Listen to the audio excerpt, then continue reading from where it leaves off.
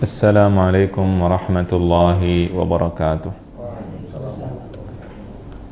Innal hamdalillah nahmaduhu bikullil mahamidi ala kullin ni'am wa nasta'inuhu ala man'il balaya wa daf'in niqam wa nastahdihi idza tlahammat khutubun wa harat qadam wa na'udzu billahi min shururi anfusina wa min sayyiati a'malina wa min kulli 'iqabin wa 'adzabin wa saqam. Wa nusalli wa nusallimu ala sayyidina Muhammadin khairi rasulin min khairil umam Muhammadin sallallahu alaihi wasallam wa ala alihi wa sahbihi wa man tabi'ahum bi ihsanin ila yaumiddin. Amma ba'du, rabbi zidni ilma warzuqni fahma, rabbi shrah li sadri wa yassir li amri wahlul 'uqdatan min lisani yafqahu qawli. Allahumma arinal haqqa haqqan warzuqna ittiba'ah wa arinal batila batilan warzuqna ijtinabah. Allahumma ja'alna mimman yastami'una al-qawla fayattabi'una ahsanah. Hari ini kita akan membahas tentang khutbatul kitab atau khutbah muallif kitab Al-Imam Ibnu Balban rahimahullahu ta'ala. Khutbatul kitab maksudnya adalah muqaddimah kitab. Kemarin kan kita udah bahas muqaddimah, sekarang muqaddimah lagi. Nah, kemarin muqaddimah secara umum, karena kita bahas ini kitab tentang apa? Sebelum kita mempelajari kitab ini, kita harus mengetahui dulu kemarin kitab ini kitab apa, siapa pengarangnya. Kita katakan kitab ini merupakan ringkasan dari kitabnya Ibnu Hamdan. Kitab ini karangan Ibnu Balban. Ibnu Balban meringkas dari Ibnu Hamdan, maka kita jelaskan semuanya. Dulu ini cerita sedikit boleh? Dulu ana waktu belajar, jadi dulu tuh nggak ada penjelasan tentang apa yang dipelajari. Pernah suatu hari belajar nahu ilmu apa? Bahasa Arab, ilmu grammar bahasa Arab. Cuma ada namanya nazam tahu? Nazam itu kayak syair, dibaca. Nanti tiap maghrib kita belajar dibaca, diulang.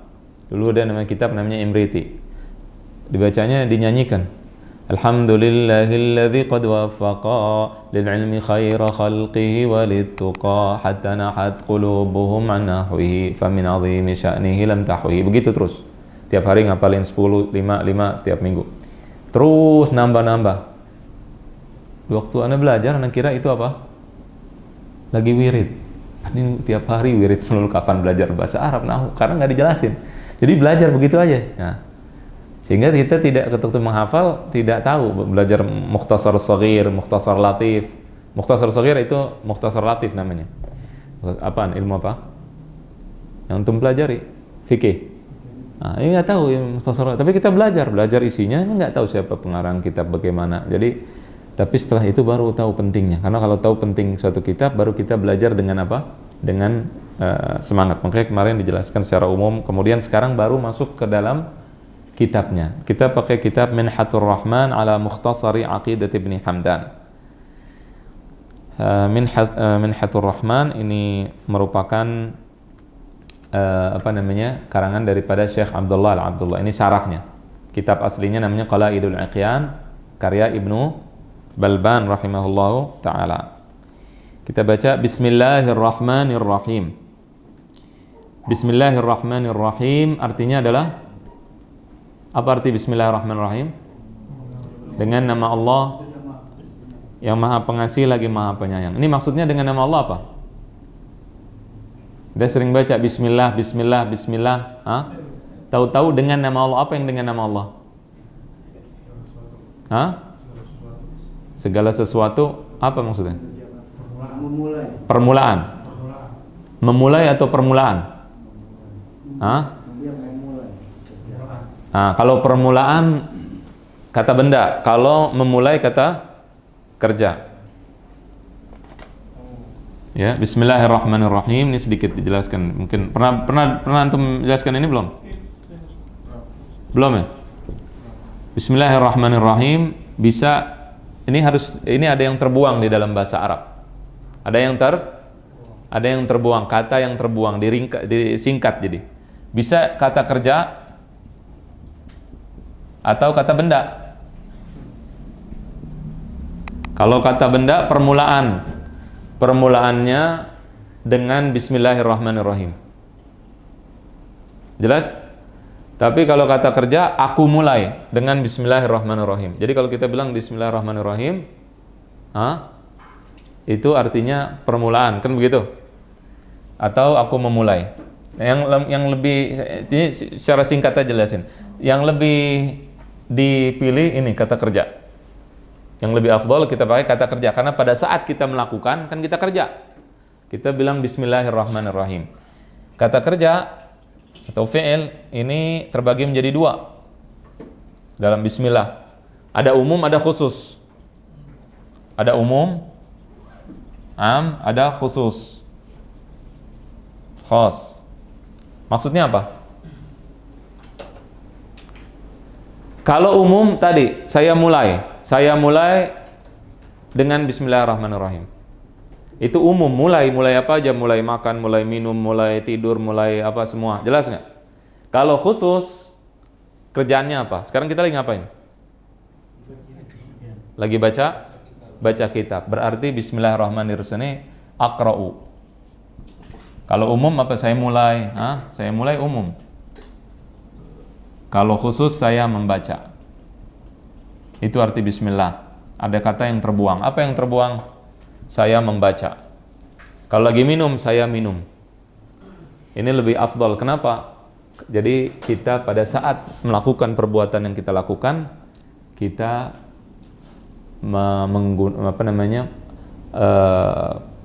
di sini untuk musahabah. Yani kita menghadirkan Allah Subhanahu wa taala. Jelas tidak? Jelas nggak ini? Apa nggak jelas? Ibadah, iya, ibadah jelas. Jadi kalau Bismillahirrahmanirrahim dengan nama Allah, ngapain? Apaan dengan nama Allah? Dimulai, permulaan, saya membaca atau saya membaca. Jelas, kalau permulaan itu umum. Lebih afdal khusus. Saya membaca dengan nama Allah, itu artinya. Bismillahirrahmanirrahim. Allah adalah Al-Ismul A'zam. Nama Allah, nama yang mulia. Sebagian mengatakan Al-Hayyul Qayyum. Ya.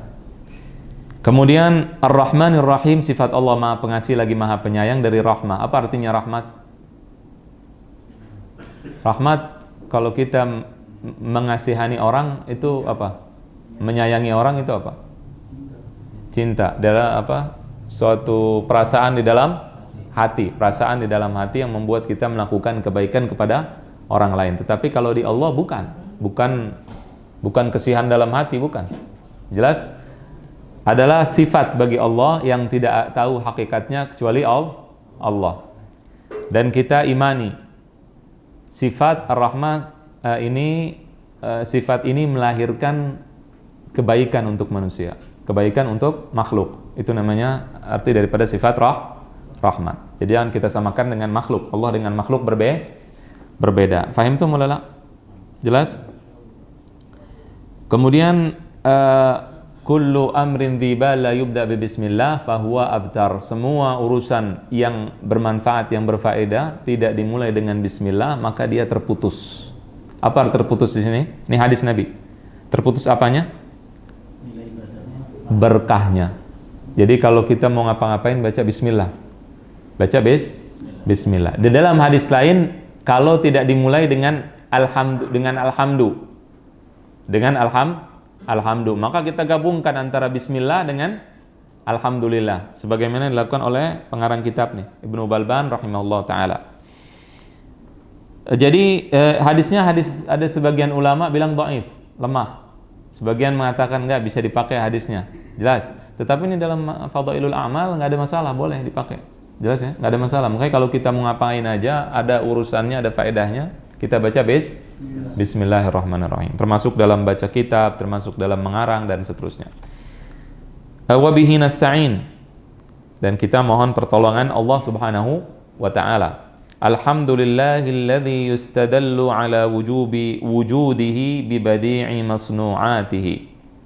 Segala puji bagi Allah yang didalilkan atas keberadaannya dengan makhluk-makhluknya, dengan keindahan dan kebenaran ciptaan-ciptaannya. Jelas? Kita tahu Allah dari mana? Dari makhluknya, betul nggak? Afala yanzuruna ilal ibili kaifa khuliqat. Nggak, apakah mereka tidak melihat unta itu bagaimana diciptakan? Kita disuruh melihat. Paham tuh? Kita disuruh berpikir untuk mengetahui Allah Subhanahu wa ta'ala. Apa arti alhamdu? Segala puji. Maksudnya gimana segala puji? Kalau kita muji orang berani.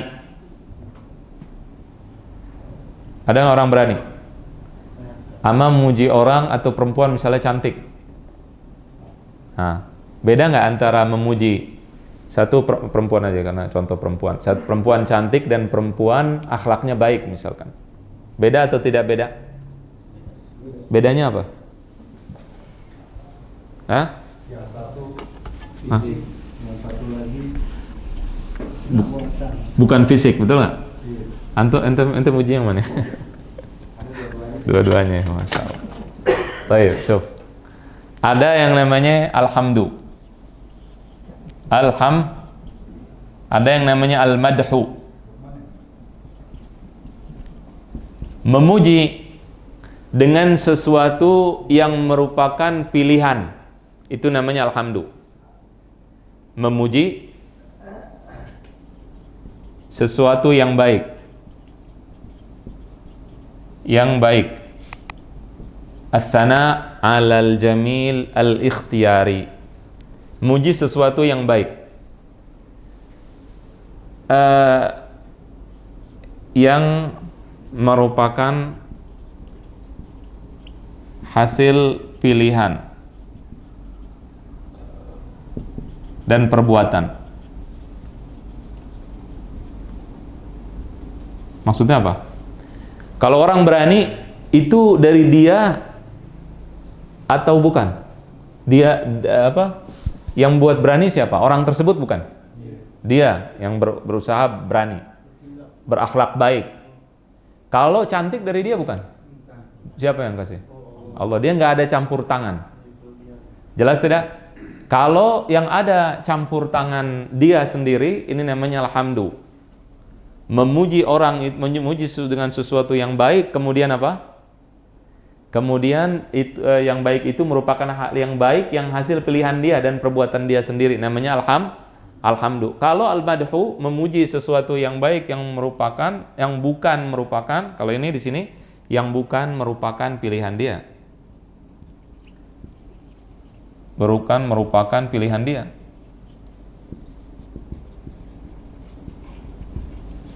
Pilihan dia. Ya, ini semua sama sampai sini ya. Yang bukan merupakan pilihan dia. Ats-tsana 'alal jamilil ittirari. Jadi kalau kita bilang alhamdu, artinya kita memuji Allah dengan perbuatan yang Allah lakukan yang baik. Jelas tidak? Kalau kita tadi puji antara perempuan cantik dengan perempuan yang akhlaknya baik, itu perempuan soleha. Kalau cantik dia yang bikin sendiri, mukanya dibengkok-bengkokin gitu biar dia cantik apa enggak? Enggak.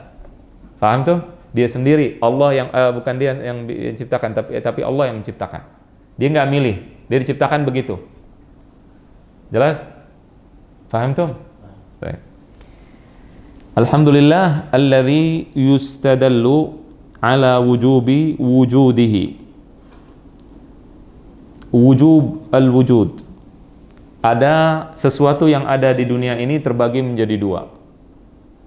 Yang ada di dunia terbagi menjadi, ada yang wajibul wujud, ada yang mungkin al-wujud. Ada yang harus ada dan ada yang bisa ada, bisa tidak ada. Yang harus ada siapa? Allah. Namanya wajibul wujud. Zat yang harus ada, wajib ada. Paham tuh? Jelas nggak nih? Nah. Kalau manusia mungkin ada, mungkin tidak ada. Ini disepakati oleh siapapun. Siapa yang menciptakan dunia? Siapa yang menciptakan ayam? Ayam dari mana? Telur. Telur dari Ayam telur, nggak beres-beres. Harus ada yang menciptakan. Betul tidak? Jadi harus ada sesuatu yang berbeda dengan makhluk pencipta. Kita meyakini itu adalah Allah.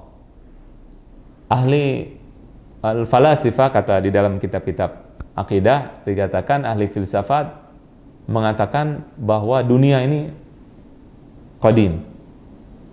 Bahwa dunia udah ada dari dulu. Tidak ada yang menciptakan. Ada terus dari dulu. Kalau kita yang mengatakan siapa yang qadim, siapa yang ada tanpa ada permulaan? Allah. Mereka mengatakan dunia ada. Nah, kemudian mereka sebagian mengatakan lagi ada illah, fa'ilah, dan seterusnya. Ada lagi kalau orang yang ateis misalkan dia bilang apa? Dia bilang dunia dan segala isinya zat-zat apa namanya? Dzarrah, ya molekul semua berkumpul jadilah dunia dan segala isinya. Itu molekul siapa yang ciptain? Kan begitu lagi pertanyaannya. Paham nggak? Maka yang enggak, molekul inilah yang tercipta sendiri. Berarti molekul menurut orang ateis apa? Wajibul wujud, yang harus ada. Faham tuh? Oleh karena itu wajibul wujud diakui oleh semua orang. Harus. Faham tuh Maulana? Jelas? Yustadalla ala wujudihi bi badi'i masnu'atihi. Di bagaimana kita mendalilkan kewajiban adanya Allah dengan makhluknya, dengan makhluknya yang bagus ini yang Allah ciptakan, dunia dengan segala isinya, kemudian juga manusia dengan bentuknya, ya, dengan isinya manusia, kemudian juga dengan susunan kerapihan alam semesta diciptakannya. Faham tuh? Ini adalah merupakan dalil wujud Allah subhanahu wa ta'ala, atau wujubil wujud, kewajiban adanya Allah subhanahu wa ta'ala. Nah ini kalau nanti kita belajar ilmu ilmu kalam, kemarin udah dijelasin ilmu kalam. Ini dalil namanya dalil hudus, dalil tanda bahwa dunia dan segala isinya adalah makhluk. Manusia dan segala isinya ini berubah-berubah, betul. Ada yang tadinya ada jadi tidak ada, tadinya tidak ada jadi ada. Sesuatu yang berubah namanya hadis. Nah, kalau hadis itu pasti semua yang berubah adalah hadis. Sesuatu yang berubah itu ciptaan. Ya, kalau ciptaan ada yang menciptakan. Nah, ini nanti merupakan dalil kita untuk mendalilkan nanti adanya Allah Subhanahu wa ta'ala. Jelas tidak? Nah, ini dalil akal. Kemarin kita sudah jelaskan ya, bahwa dalil akal tidak bertentangan dengan dalil wahyu. Tahu nggak Saifuddin Ibrahim, pendeta yang murtad? Pernah dengar nggak? Hah? Terkenal, dia murtad. Sebenarnya dia pendeta yang murtad, ustadz yang murtad. Ustadz murtad. Tapi sebenarnya kalau dia bukan ustadz beneran, kalau ilmunya kurang, kalau orang yang ngerti. Guru bahasa Arabnya belepotan. Dibawa kemari orang kalau ada, nggak apa-apa, suruh ngobrol bahasa Arab. Belepotan bahasa Arabnya, baca Quran belepotan. Cuman dia ya dibesar-besarkan oleh orang. Ngajar di Az-Zaitun.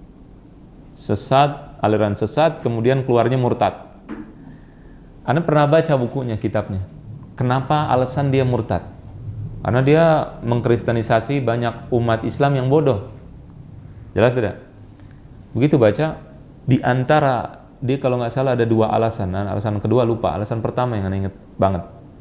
Dia mengatakan orang Islam ini lemah. Lihat orang Islam diperangi di mana-mana. Negara Islam kumuh, negara Islam kalah dalam peperangan. Teroris dikejar-kejar. Kalau Islam agama benar, akan ditolong oleh Allah. Jelas tidak? Di sini dia sedang pakai logika untuk mengatakan Islam salah. Paham? Itu jawab. Itu kalau orang berakal dia tidak akan terima dengan hal tersebut. Dia tahu bahwa itu kacau. Kenapa? Karena dia dari Islam keluar masuk Kristen. Tuhannya siapa? Yesus. Yesus ini diapain? Waktu dia jadi Tuhan, disalib, dizolimin, dibunuh.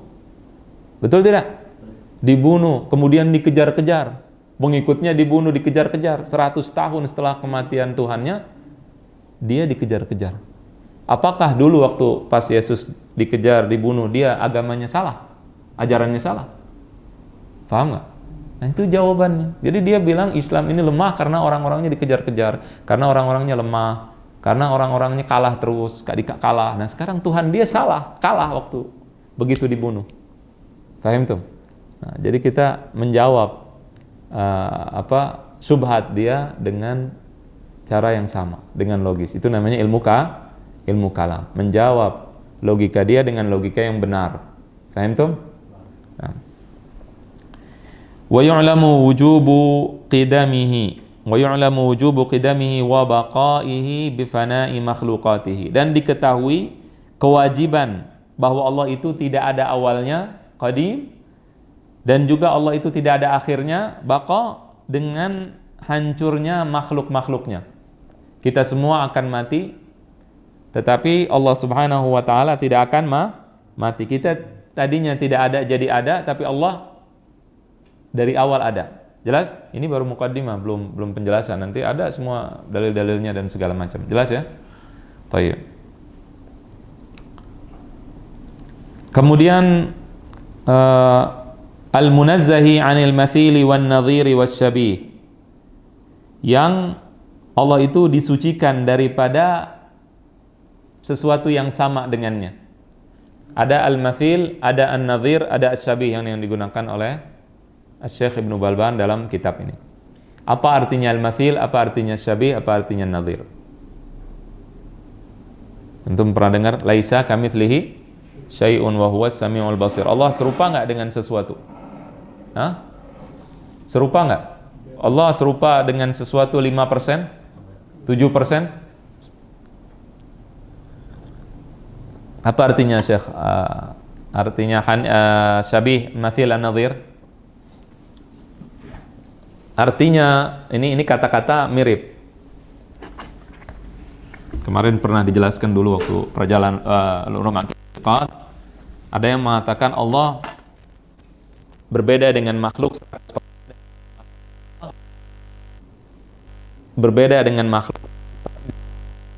persen. Ada sama-samanya. Kemarin pernah dijelasin dulu lumatul i'tiqad. Yang benar berbeda 100%. Ada namanya al-mathil.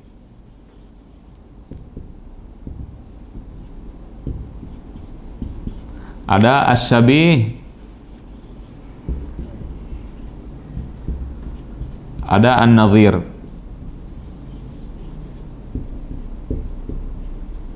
Apaan artinya? Bedanya tiga ini apa? Kalau ini berbeda 100% dari semua sisi, dari semua hal. Al-ikhtilaf min kulli wajh. Jelas?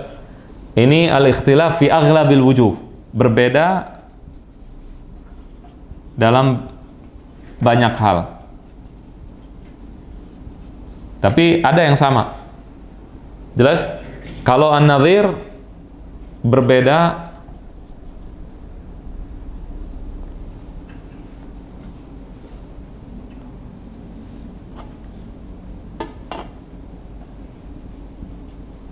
dalam atau sama dalam satu hal. Ini sama dalam banyak hal,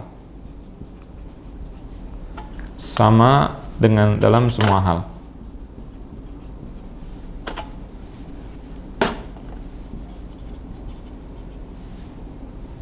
Kalau mathil sama dalam semuanya, sama 100%. Kalau syabi sama dalam banyak hal, 70% misalkan. Kalau an-nadhir sama dalam satu hal, salah satunya 10%, 5% misalkan. Jelas tidak? Jelas tidak? Kemudian fi dzatihi wa af'alihi wa sifatihi. Allah berbeda, disucikan Allah dari semua permisalan tiga-tiganya ini. Jadi ini perkataan siapa? Ibnu Balban. Ibnu Balban mensucikan Allah dari tiga hal. Dari semua dikatakan mathil, dikatakan syabih, dikatakan nadhir. Tidak ada sesuatu yang menyerupai Allah Subhanahu wa taala dalam apanya? Dalam zat Allah. Zat tahu enggak? Zatnya. Kemudian yang kedua dalam perbuatannya, wa af'alihi wa sifatihi, dan dalam sifat-sifat Allah Subhanahu wa taala. Semuanya tidak ada yang sama dengan makhluk. Al-Qadir alladzi ansha'al mawjudat bi'aliyyi kalimatih. Zat yang maha berkuasa, yang menciptakan makhluknya dengan kalimatnya yang tinggi. Apa kalimat yang Allah ciptakan dengannya makhluk? Kalimat apa? Kun fayakun. Jadi maka terjadilah. Al-Alim alladzi la ya'zubu an ilmihi mithqalu dzarratin fi ardihi wa samawatih. Yang maha mengetahui, yang tidak ada yang hilang dari Allah Subhanahu wa taala, dari pengetahuan Allah, walaupun itu satu hal yang paling ringan, paling rendah di dunia ataupun di langitnya. Al-afu alladhi ya'fu 'anis sayyi'at wa yasturu 'alal mudhnibi qabiha isaatih. Dan yang maha pengampun, yang mengampuni dosa-dosa dan juga kesalahan-kesalahan, serta menutupi orang yang berdosa atas kejelekan perbuatannya. Semoga kita dijadikan oleh Allah termasuk orang yang ditutupi kejelekan perbuatannya. Karena kalau dibuka, kita ini hancur semua. Jelas, orang tidak ada yang akan menghormati orang lain kalau perbuatannya dibuka oleh Allah Subhanahu wa taala. Makanya kita disuruh istighfar. Istighfar dari apa itu? Kata apa? Dari kata ghafara. Ghafara apa artinya? Mighfar apa artinya? Iya, ghafara apa artinya? Mighfar apa mighfar? Mighfar itu kalau orang perang, ada pedang dulu, zaman dulu apa? Satu lagi, tameng. Nah, mighfar namanya tameng tuh. Jadi istighfar itu tameng kita dari kesalahan-kesalahan kita. Makanya tadi kita mulai dengan kata-kata wa na'udzubillah min syururi anfusina. Apa artinya wa na'udzubillah min syururi anfusina? Kita berlindung kepada Allah dari kejelekan diri kita sendiri. Kejelekan diri kita sendiri. Kemudian subhanahu min ilah tanazzaha an tudrikahul awham. Subhanahu, maha suci Allah, ilah, zat yang disembah, yang suci, yang tidak mungkin bisa dikhayalkan. Al-waham, tahu nggak waham? Al-waham artinya, antum tahu dermawan nggak? Dermawan tahu? Bentuknya bagaimana tuh dermawan? Kalau dermawan itu nggak ada di seseorang, paham nggak? Kita tahu dermawan dari mana? Dari perbuatan seseorang. Ketika dermawan, orang Zaid misalkan, Zaid dermawan, Umar dermawan, kita tahu artinya dermawan. Tetapi dermawannya ada nggak? Ada bentuknya nggak? Nggak ada bentuknya. Nah, kalau kita dermawan itu, di sini, ini dihapus ya.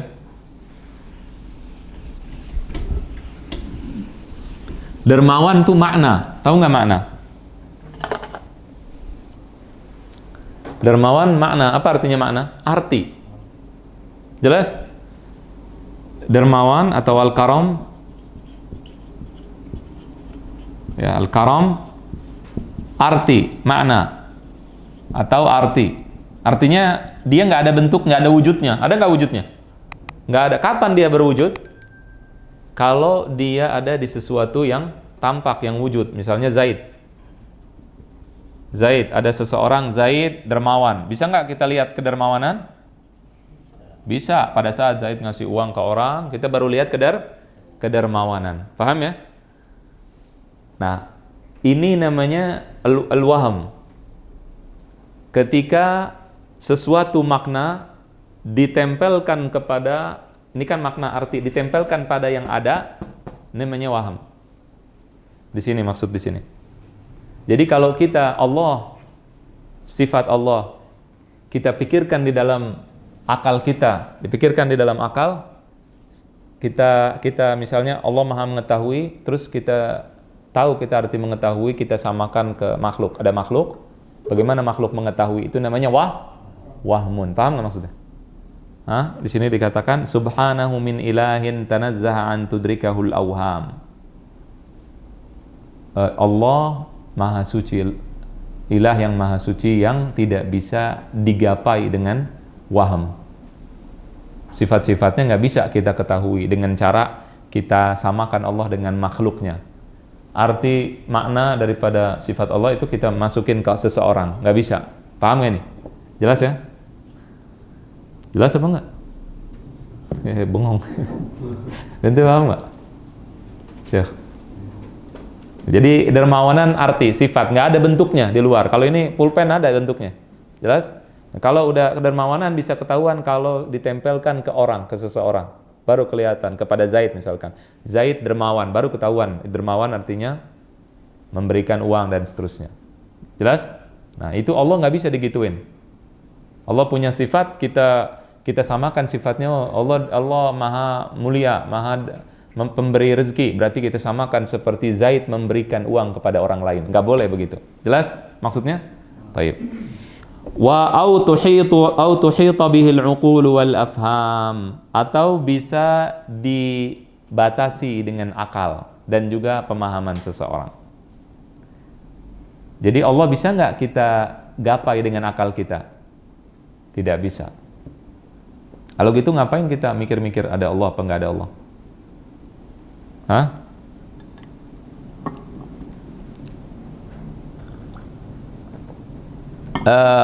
Akal ini gunanya apa?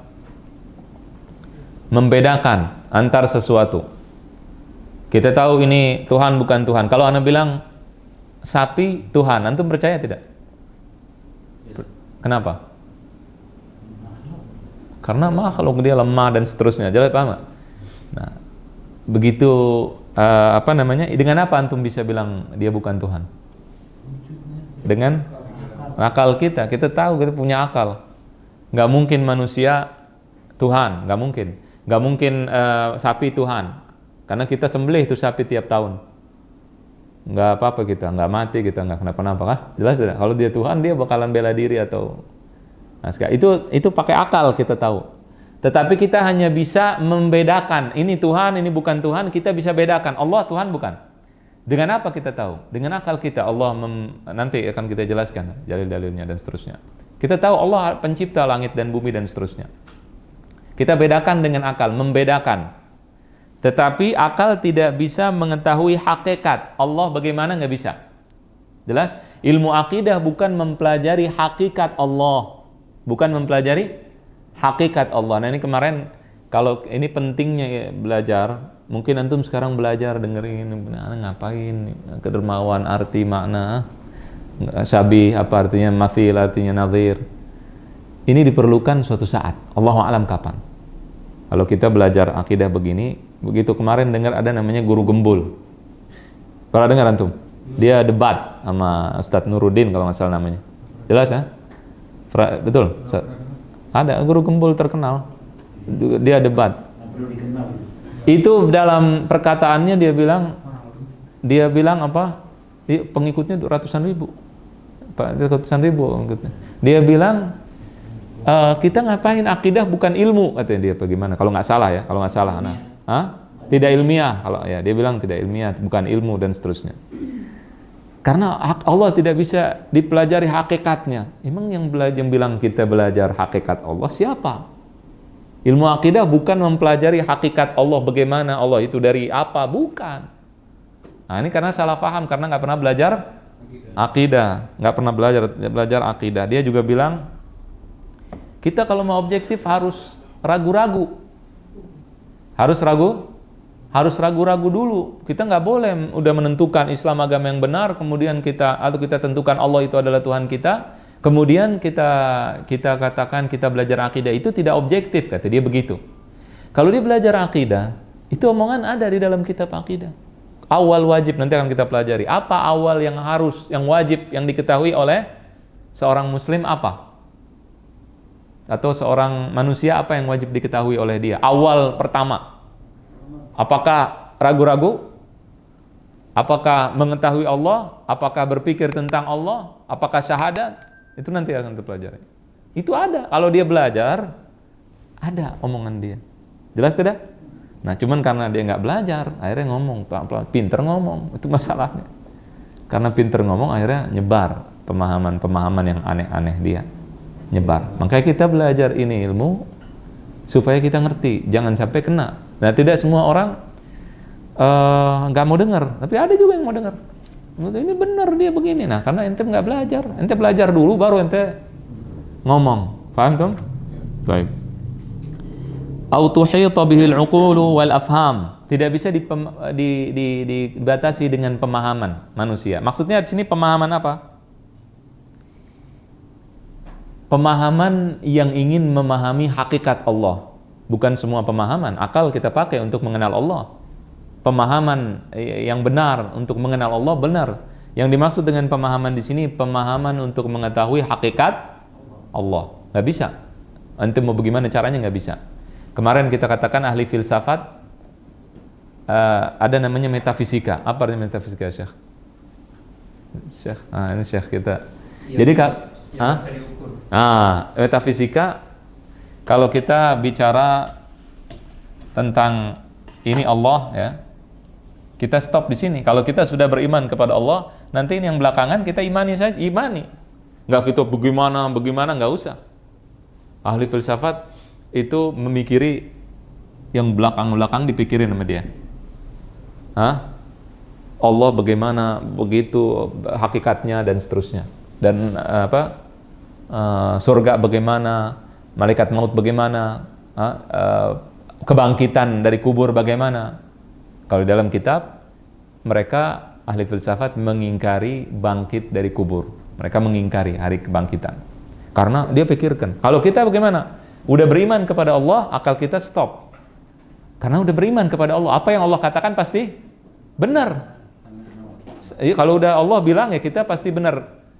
Jelas? Tidak bertentangan dengan akal. Kenapa? Karena kita sudah beriman kepada Allah. Setelahnya bukan urusan kita lagi, udah kita tahu beriman bahwa Allah menciptakan surga dan neraka, bahwa Allah akan membangkitkan manusia dan seterusnya. Wallah, jelas? Baik. Kemudian bal kullu ma khatara bil bal aw tawahhamahu al khayal fahuwa bi khilafi dzil ikrami wal jalal.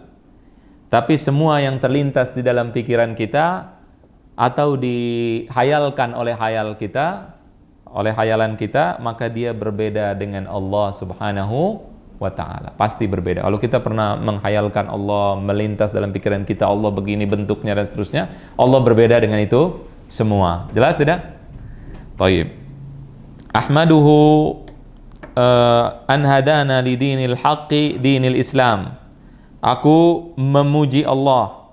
Ya, ini ahmaduhu. Tadi udah jelasin arti alhamdulillah. Kepada Allah yang telah memberikanku hidayah petunjuk kepada agamanya yang benar, agamanya yang hak, yaitu agama Islam.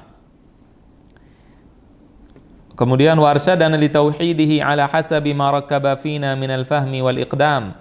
Dan kemudian juga aku bermuji Allah atas tauhidnya yang Allah berikan kepadaku, yang Allah berikan petunjuk kepadaku sesuai dengan apa yang Allah berikan kepada kami, pemahaman dan juga untuk memahami ayat-ayat Allah Subhanahu wa taala dan keberadaan Allah Subhanahu wa taala. Tentunya ana tidak mengartikan secara letterlek, tapi mengartikan secara umum.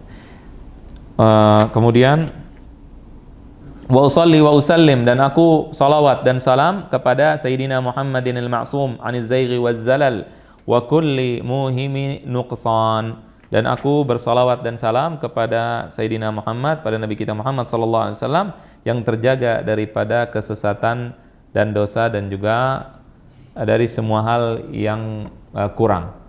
Salawat dan salam kepada Nabi Muhammad sallallahu alaihi wasallam.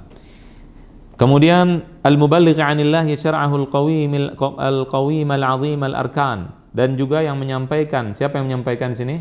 Allah, yang Muhammad SAW yang menyampaikan dari Allah syariatnya yang benar, yang memiliki pondasi-pondasi yang agung dan besar.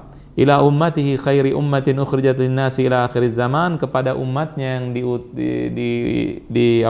dikeluarkan oleh Allah kepada manusia di akhir zaman. Falam yazal yujahidu fillahi hatta ala dinuh ala sairil adyan, dan Rasulullah sallallahu alaihi wasallam berjihad sampai agama Allah itu menjadi agama yang paling tinggi, lebih tinggi daripada seluruh agama. Wa ala alihi wa sahbihi, dan kepada keluarga Nabi sallallahu alaihi wasallam dan sahabatnya as-sadatil a'yan, para pemimpin.